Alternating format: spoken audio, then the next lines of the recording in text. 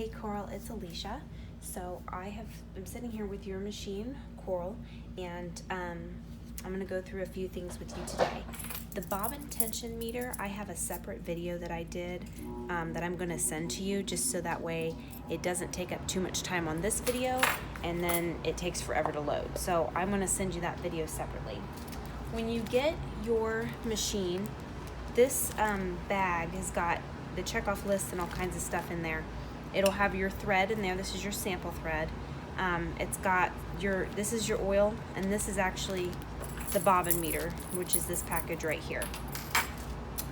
Here is your grease, which has a wonderful tutorial on how to use it. So this is pretty self-explanatory. Your motor is already greased and ready to sew, and you do not need to do that. So let's get started. We're going to plug the machine in by putting the Singer S will go on the bottom. It goes straight into the machine, and then you plug the other portion into the wall. This right here is your on and off switch. This here is your bobbin tension. This is how we're going to wind the bobbin with this mechanism here. This is your bobbin winder, and we'll get to that in a minute. Stitch length regulator to put it in reverse, and to stitch backwards you go all the way up, and then the numbers go to how many stitches per inch.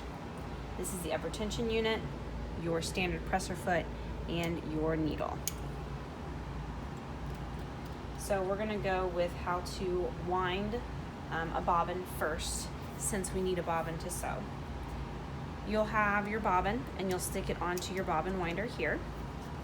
And then you're going to place this bobbin winder down onto the belt, and then you're going to use this stop back motion knob, and you're going to put it towards you. And what that's going to do is that's going to keep this shaft, the uptake lever, and then the needle from going up and down when you go to wind your bobbin. You'll take your thread here and you'll go up through the stand. You'll put the thread up and around towards you. And then depending on if your thread stand is either got the eyelet in the center or on the side, you'll stick your thread through there. And then you'll stick it through this eyelet here, and then you'll come down and around through the bobbin tension unit, and then you're going to take your thread and you're going to go inside of one of these little holes and pull your thread out. So it'll go up inside from the right to out towards the left. And then from there you can just press down and you'll start to wind your bobbin. So we're going to go ahead and cut that thread there.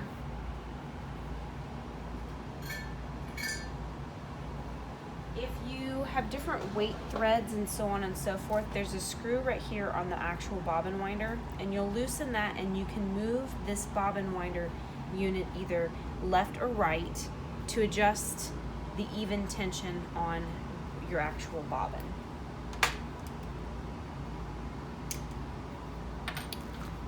When we go to actually thread the machine, we're going to go ahead and put this in so it's engaged back towards us, and the shaft goes up and down. You're going to go through the exact same steps up through this eyelet, through this eyelet, through this eyelet, and rather than coming down and around up through here, you're going to go right into these tension discs. There's two of them.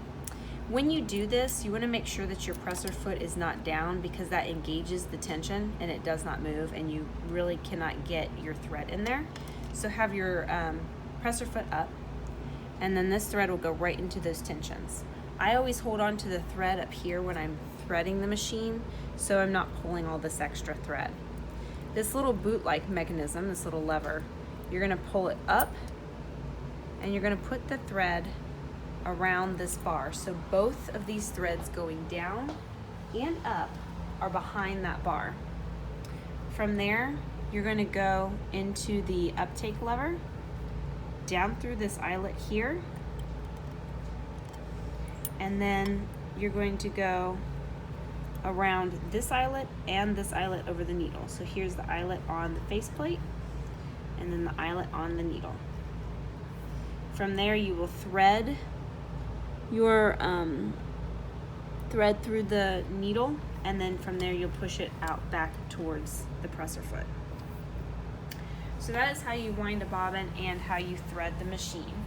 I sent you a diagram on oiling the machine. Going through oiling the machine on the video, I have tried that before, and because the video likes to glare on there, I haven't been successful in making a video. But basically, there's an oiling point up here, one here, here, and here. There are two on the back of the machine here, there and there. There's oiling points underneath the machine, and there's oiling points behind the faceplate.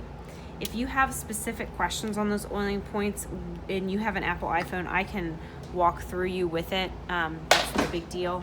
I sent you all of those diagrams, so if you have any questions about any of those diagrams, don't hesitate to ask me. I'm here for you in any way that I can be.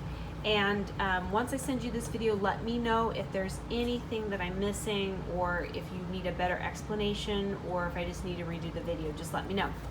Have a wonderful night, and thank you for choosing Featherweight 38.